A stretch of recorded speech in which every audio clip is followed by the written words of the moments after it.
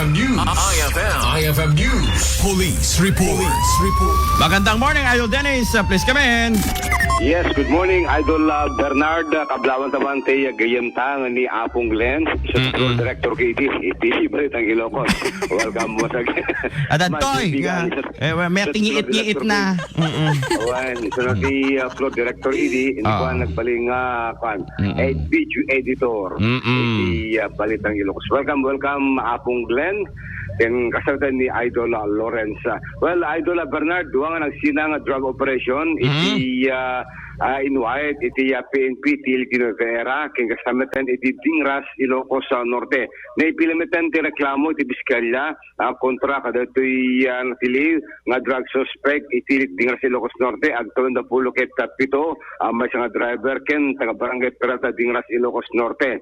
May bilang iso nga top 10 regional high value individual, iti barangay Purugunan, Kalpasan, iti panakatiliking kuana, iti may pangurok nga droga ng mga pidaso, Idol Bernard, iti naalakin na kuana all in all, umabot ti 2 grams, iti may pangurok nga droga, nga daanti market value, nga 3,600 pesos.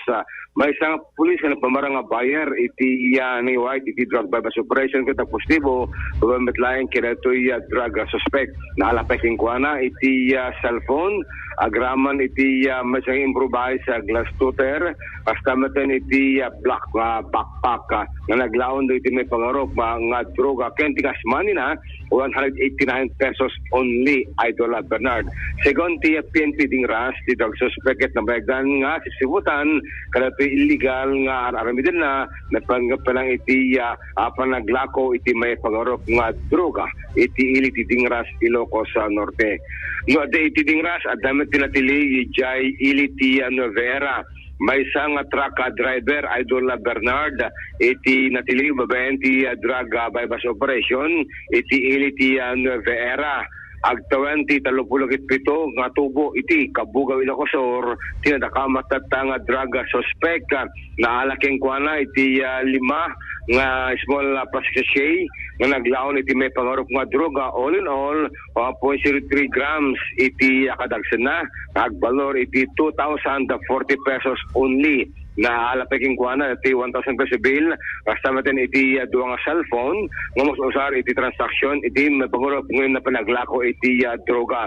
Sigon ti PNP na bayag disiputan ti drug suspect ket ditoy nga nagbalik iti nuwait nga drug suspect drug bypass operation kontra ti nakamat nga suspect ni pilan maten ti kaso ng labsing iti aray ng 165 ti nakamat nga drug suspect. So do Idol Bernard nga nagsina nga drug operation tiniwayat iti Dingras kastamatan iti ili ti Nueva Era, Ilocos Norte.